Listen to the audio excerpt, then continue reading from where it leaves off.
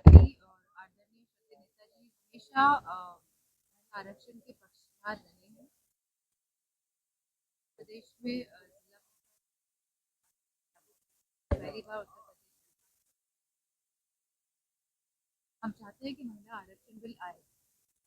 अब समाजवादी पार्टी यही चाहती है कि अगर आरक्षण आ रहा है महिलाओं के लिए,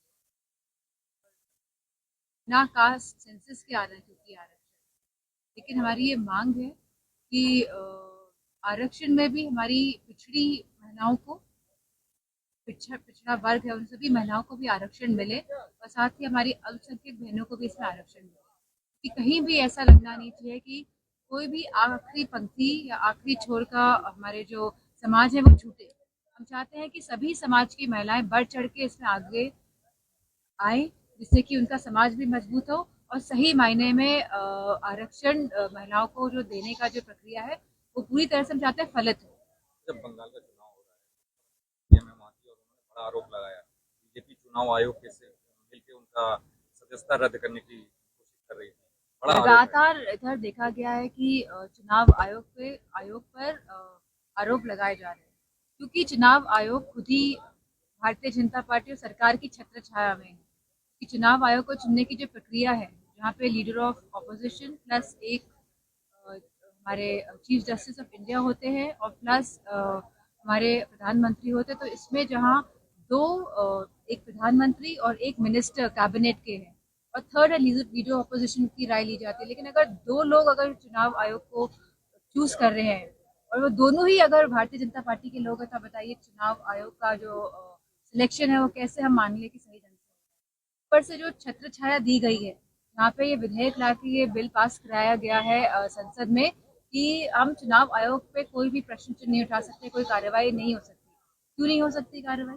क्यों इस तरह का विधेयक लेके आए? तो ये अपने आप पर दर्शाता है कि भारतीय जनता पार्टी की जो नीयत है इसमें खोट है और कहीं ना कहीं चुनाव आयोग के माध्यम से चुनाव की जो प्रक्रिया है जो पूरे देश में होनी चाहिए बिना किसी पक्षपात के सही ढंग से, उसमें कहीं ना कहीं क्षति पहुंचाने का लगातार कोशिश प्रयास कर रहे हैं।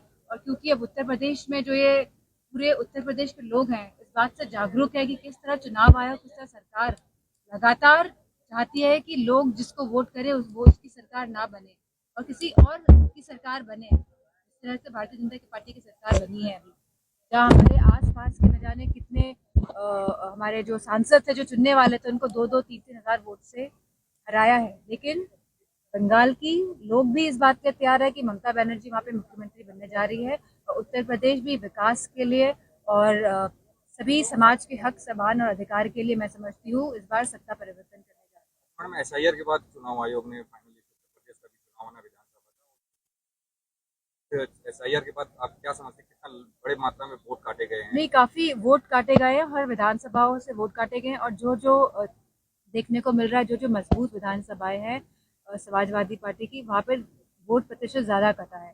तो इसको हम पूरी बूथ वाइज चेक करा रहे हैं। अगर इसमें कोई भी गड़बड़ी मिलेगी तो हम चुनाव आयोग या फिर सुप्रीम कोर्ट तक जाएंगे। एक आखिरी सवाल मैडम, जब शांति वार्ता का प्रयास किया गया था, क्या लगता है पाकिस्तान को इसको लेकर बहुत ज्यादा तारीफें मिली, उन्होंने मध्यस्थता की, भारत की किरकिरी हुई, कैसे देखते हैं? मैं तो तारीफ नहीं करी। नहीं, आप लोगों ने नहीं कि सोशल मीडिया में लगातार पाकिस्तान की पहल का युद्ध विराम को लेकर जो उन्होंने प्रयास ये किया, तो सब जानते हैं कि ये तो सब जानते हैं कि कौन पहल करवा रहा है, कौन करवा रहा है पहल, किसके कहने पे पहल हो रही है, सब जानते हैं। बीजेपी कह रही है हमारी भारतीय जनता पार्टी जो सरकार में लोग बैठे हैं वो कुछ बोल ही नहीं पा रहे हैं, वो तो मौन धारण कर लेते हैं।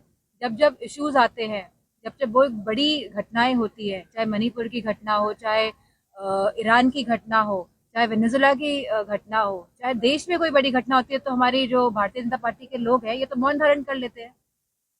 कोई भी समाज से जुड़े हुए कोई भी मामले हो, अगर बहुत ही गंभीर मामला होगा तो मैं समझती हूँ सबसे जो ऊपर टॉप ब्रास है भारतीय जनता पार्टी का, वो मौन धारण कर लेता है। राष्ट्रीय अध्यक्ष ने फिर से बोला है कि ईवीएम को बैन करना चाहिए, ईवीएम से चुनाव नहीं। पर लगातार ये बात कही जा रही है और राष्ट्रीय अध्यक्ष जी के माध्यम से कही जा रही है, जो उत्तर प्रदेश के मुख्यमंत्री रह चुके हैं, जो बहुत ही टेक्नोलॉजी को समझते हैं, जो पढ़े लिखे हैं। अगर ये बात कही जा रही है तो इसमें खास तौर पे जो भी कही जा रही है माननीय राष्ट्रीय अध्यक्ष जी द्वारा, तो उस पर मैं समझती हूँ कि बड़ी ही मजबूती के साथ, बड़ा ही जो बात है ये सही कही जा रही है और उसमें पूरा बल है इस बात में और अगर चुनाव अगर लोग अपने मत डालेंगे बटन ना दबा के बल्कि ठप्पा डाल के, तो मैं समझती हूँ कि ज्यादा सही रहेगा। बीजेपी कह रही है कि पश्चिम क्योंकि बंगाल बड़े में बड़े देशों में या जितने भी प्रगतिशील देश हैं आजकल कैसे वोट डाल रहे हैं, बैलेट पेपर से डाल रहे हैं। कोई भी मशीन से वोट डाल रहा हो तो बताइए, जर्मनी हो, अमेरिका हो, आसपास के हमारे देश हो, कोई भी नहीं डाल रहा है मशीन के द्वारा, मशीन के माध्यम से। क्योंकि आजकल टेक्नोलॉजी इतनी डेवलप हो गई है कि हम समझ ही नहीं पाएंगे टेक्नोलॉजी का प्रयोग किस तरह यह शासन प्रशासन और ये सत्ता के लोग कर रहे हैं। बीजेपी कह रही है पश्चिम बंगाल में परिवर्तन होने जा रहा है बहुत बड़ा। बंगाल के घोषणा पत्र में पश्चिम बंगाल से परिवर्तन पूरे देश का शुरू होने जा रहा है। धन्यवाद।